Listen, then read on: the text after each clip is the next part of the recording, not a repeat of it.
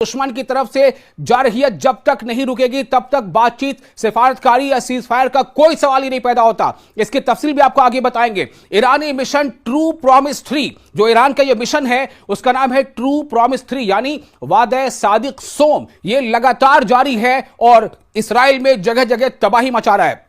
दोस्तों, ईरान पर इस्राएली हमले और फिर इसके बाद से ईरान के जवाबी हमले का जो सिलसिला शुरू हुआ है उसने इसराइलियों को दिन में तारे दिखा दिए हैं। मैं आपको दिखाऊंगा कि इसराइल के लोग किस तरह से परेशान हैं। लोग परेशान, जी हां, इसराइल के लोग परेशान। वो तस्वीरें हम आपको एक्सक्लूसिवली दिखाने जा रहे हैं। देखिए किस तरह से ये इसराइल की सड़कों पर अलग अलग शहरों में, चाहे कभी हाइफा में, चाहे कभी तेल अवीव में, चाहे कभी यरूशलेम में, या फिर जो मिड ईस्ट जो ऑक्युपाइड इलाके हैं बैतुल मुक़द्दस के आसपास, वहां पर, तो ये है वो लोगों की परेशानी का मंजर। ये हमले हो रहे हैं ईरान की तरफ से। ईरान कह रहा है कि देखिए, याद रखिए, हमने हमला शुरू नहीं किया था, हमने जवाबी हमला किया है।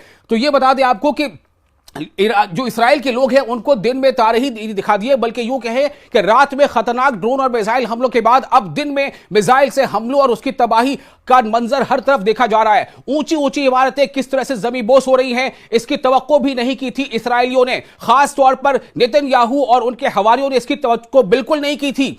ऐसा मंजर जगह जगह दिखाई देता है, जैसा लगता है कि कहीं यह गजा का मंजर तो नहीं है। आप देखिए तस्वीरें, इसराइल में जो हमला हुआ है एक दिन कबल सोरका के अस्पताल पे हमला हुआ, उस पे ईरान का यह कहना था दरअसल इस अस्पताल के आसपास इसराइल ने अपने फौजी अड्डे कायम कर रखे थे, हमने उसे निशाना बनाया है। तो ये जो इसराइल की कहीं ना कहीं चालाकी की कोशिश थी उसे ईरान समझ गया।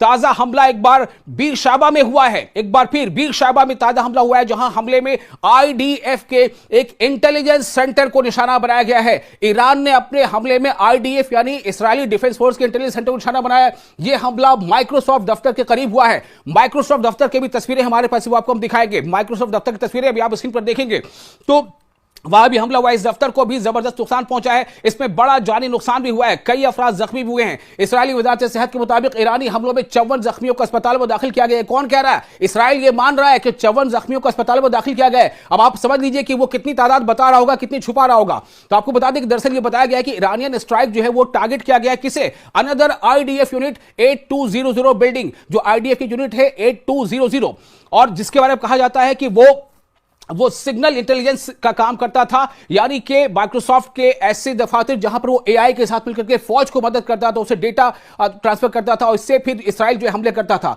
यानी अब सिर्फ शुमाली इसराइल, हम आपको ये बता रहे हैं कि ईरान के हमले में अब सिर्फ इसराइल का कोई एक हिस्सा, यानी कि जो शुमाली हिस्सा है वो नहीं रह गया, नदर इसराइल ही नहीं रह गया। अब सिर्फ शुमाली इसराइल नहीं बल्कि सेंट्रल इसराइल और जुनूबी इसराइल